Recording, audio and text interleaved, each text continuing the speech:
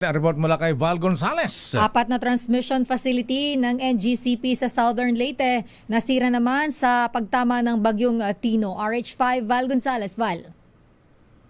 Sister El at Mayor, as of 5 a.m. ay hindi pa rin operational ang apat na mga pasilidad ng National Grid Corporation of the Philippines o NGCP na nasa Eastern at Southern Leyte. Ito'y dahil pa rin sa gupit ng bagyong si Tino na kumikilos sa bahagi ng Negros Island Region papalapit sa isla ng Panay. Sa latest report na inilabas ng NGCP, ang nasirang mga pasilidad ay ang Maasin Baybay 69 kV line, Ormoc San Isidro 69 kV line, Ormoc Baybay 69 kV line facility at ang Maasin San Isidro 69 kV line.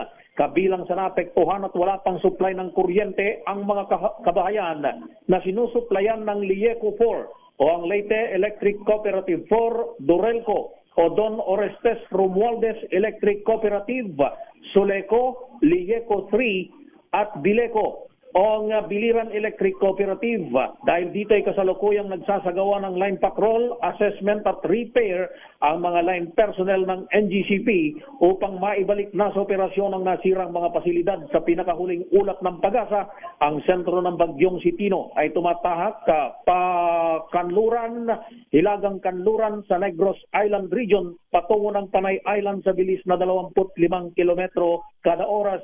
Napanatili pa rin ng bagyong si Tino ang lakas ng hangin 150 kilometro kada oras at bugsong aabot sa 205 kilometro kada oras. Ako si Val Gonzales, DJ Tuna sa Pilipinas, una sa Pilipino. Maraming salamat, RH5, Val Gonzales.